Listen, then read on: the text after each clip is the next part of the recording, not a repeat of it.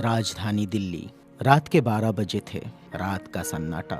और अचानक दिल्ली, मुंबई, नागपुर में चारों ओर फोन की घंटियां बज उठी। राजभवन मौन था, संसद मौन थी, राष्ट्रपति भवन मौन था। हर कोई कश्मकश में था। शायद कोई बड़ा हादसा हुआ था। यह किसी बड़े हादसे या आपदा से कम नहीं था। कोई अचानक हमें छोड़कर चला गया था, जिसके जाने से करोड़ों लोग दुख भरे आंसुओं से विलाप कर रहे थे। देखते ही देखते मुंबई की सारी सड़कें भीड़ से भर गई। पैर रखने की भी जगह नहीं बची थी मुंबई की सड़कों पर, क्योंकि पार्थिव शरीर मुंबई लाया जाना था और अंतिम संस्कार भी मुंबई में ही होना था।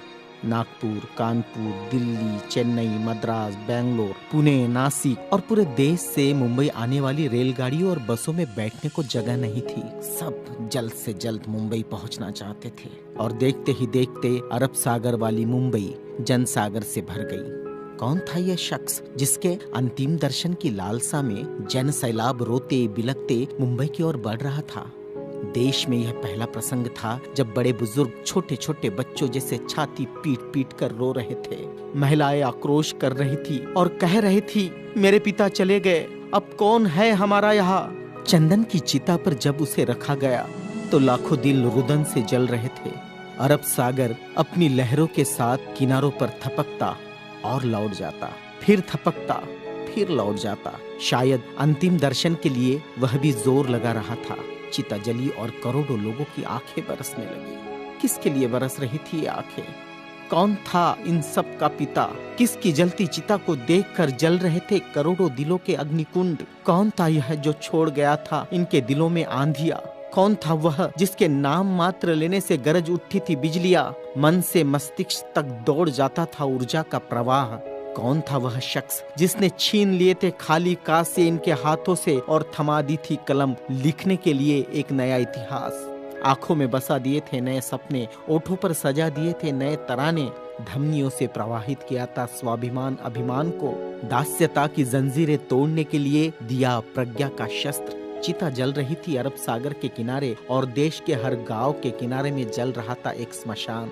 हर एक शख्स की आंखों में और दिल में भी जो नहीं पहुंच सका था अरब सागर के किनारे, एक टक देख रहा था वह उसकी प्रतिमा या गांव के उस झंडे को जिसमें नीला चक्र लहरा रहा था, या बैठा था भूख प्यास भूल कर अपने समूह के साथ उस जगह जिसे वो बुद्ध विहार कहता था। क्यों गांव शहर में सारे समूह भूखे प्यासे बैठे थे उसकी चिता की आग ठंडी होने का इंतजार करते हुए?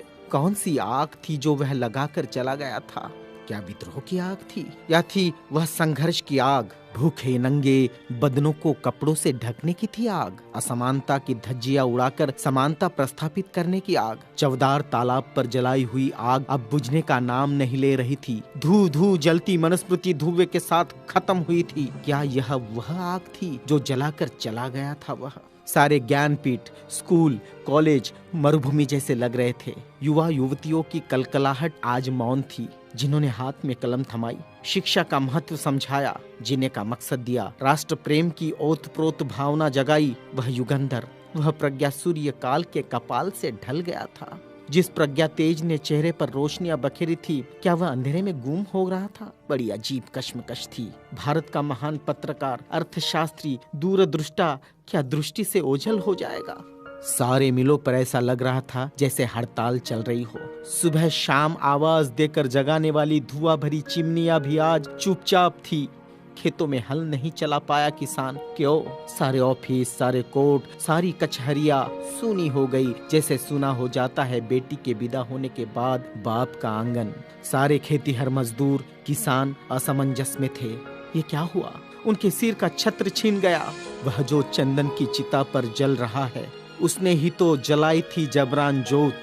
मजदूर आंदोलन का वही तो था आधुनिक भारत में मसीहा। सारी मिलों पर होती थी जो हड़तालें आंदोलन अपने अधिकारों के लिए, उसकी प्रेरणा भी तो वही था जिसने मजदूरों को अपना स्वतंत्र पक्ष दिया और संविधान में लिख दी वह सभी बातें जिन्होंने किसानों, खेतीहारों, मजदूरों के जीवन में खुशियां बखेरी थी। इधर नागपुर की दीक्षा भूमि पर मातम पसरा था। लोगों की चीखें सुनाई दे रही थी, बाबा चले गए, हमारे बाबा चले गए। आधुनिक भारत का वह सपुत्र जिसने भारत में लोकतंत्र का बीजारोपण किया था, जिसने भारत के संविधान को रचकर भारत को लोकतांत्रिक गणराज्य बनाया था, हर नागरिक को समानता, स्वतंत्रता और न्याय का अधिकार दिया था, वोट देने का अधिकार देकर देश का मालिक बनाया था। क्या सचमुच वह शख्स नहीं रहा? कोई भी विश्वास करने को तैयार नहीं था। लोग कह रहे थे, अभी तो यहाँ बाबा की सफेद गाड़ी रुकी थी, बाबा गाड़ी से उतरे थे सफेद पोशाक में, देखो अभी तो बाबा ने पंचशील दिए थे। 22 प्रतिज्ञाओं की गूंज अभी आसमान में ही तो गूंज रही थी। वो गूंज शांत होने से पहले बाबा शांत नहीं हो सकते। भारत के इतिहास ने नई करवट ली थी। जनसैलाब मुंबई की सड़कों पर बह रहा था। भारतीय संस्कृति में तुच्छ कहलाने वाली नारी, जिसे हिंदू कोड बिल का सहारा बाबा ने देना चाहा और फिर संविधान में उसके हक आरक्षित किए, ऐसी माँ बहनें लाखों की तादाद में स्मशान भूमि पर थी। यह भारतीय सड़ी गली धर्म परंपराओं के मुंह पर एक जोरदार तमाचा था, क्योंकि जिन महिलाओं को स्मशान जाने का अधिकार भी नहीं दिया, ऐसी 3 लाख महिलाएं बाबा के अंतिम दर्शन को पहुंची थी, जो अपने आप में एक विश्व विक्रम था। भारत का यह युगंधर, संविधान निर्माता, प्रज्ञा तेज, प्रज्ञा सूर्य, महासूर्य, कल्प पुरुष नव भारत को नवचेतना देकर चला गया।